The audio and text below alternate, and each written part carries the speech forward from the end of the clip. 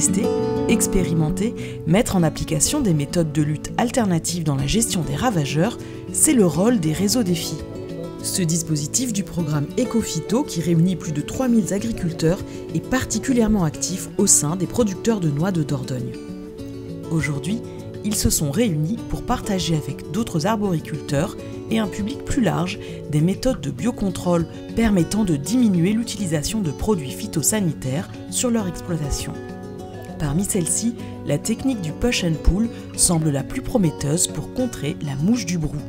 Ce ravageur apparu en 2011 s'attaque fortement aux noix et peut entraîner des pertes de récolte de l'ordre de 80%. La méthode du push and pull est simple. Afin de diminuer la quantité de produits insecticides utilisés, la mouche est repoussée de certains arbres et attirée vers d'autres sur lesquels se trouve le traitement. Concrètement, 3 bandes d'arbres reçoivent une couche répulsive d'argile et seule la 4e bande est traitée avec un produit hyper localisé. Tout l'intérêt de la stratégie push-pull, c'est qu'on va avoir une partie du verger qui va être sans insecticide, puisque c'est uniquement une barrière physique, donc ça protège le verger, tout en ayant une régulation grâce au Cinei Sapa. Donc ça permet de protéger l'environnement, de protéger l'applicateur, le consommateur. Et on a très peu d'effets sur les auxiliaires des cultures, donc tout ce qui est les coccinelles, les cirfes, tout en régulant la population du ravageur.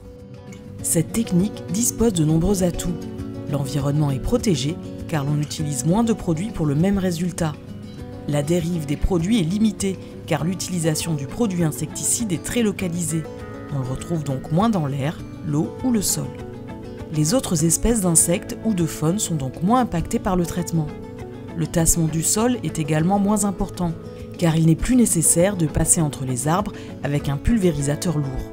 En revanche, le push and pull demande encore à être testé sur les arbres très hauts et l'argile utilisée comme répulsif doit faire l'objet de recherches pour être améliorée et préserver davantage le matériel utilisé pour sa pulvérisation. Pour appliquer cette méthode du push and pull, il est possible de fabriquer soi-même son matériel de pulvérisation et de limiter ainsi les coûts. On voit aussi beaucoup en retour des oiseaux, notamment des mésanges qui avaient un peu disparu. Cette année, pas mal d'hirondelles et de chardonnays qu'on n'avait plus depuis quelques années.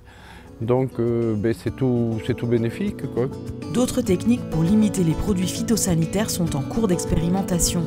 C'est le cas de la lutte sémiochimique, dont font partie les techniques de piégeage de masse et la confusion sexuelle. L'objectif de cette méthode, améliorer les piégeages de masse ou entraver la reproduction de la mouche en diffusant des phéromones très spécifiques aux bioagresseurs.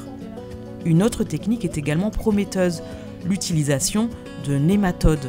L'idée est de diffuser un parasite de la mouche du brou pour contrôler sa population au stade larvaire. Nous, à travers différents essais, on recherche des auxiliaires des cultures qui sont naturellement présentes dans nos vergers pour les favoriser et pour peut-être en trouver un qui soit spécifique ou un ravageur qu'on souhaite cibler pour le reproduire et le lâcher dans les vergers. Ce sont de la prospection, c'est encore des pistes de recherche. Avec ces nouvelles techniques de biocontrôle, la mouche du brou devrait bientôt être maîtrisée par un taux très faible de produits phytosanitaires. Et c'est tant mieux. Avec la nouvelle réglementation, seules 2 molécules devraient être encore autorisées en 2023. Les travaux d'expérimentation du groupe Défi Dordogne seront alors fin prêts et une lutte alternative, plus respectueuse de l'environnement, pourra être adaptée aux nombreux vergers de France.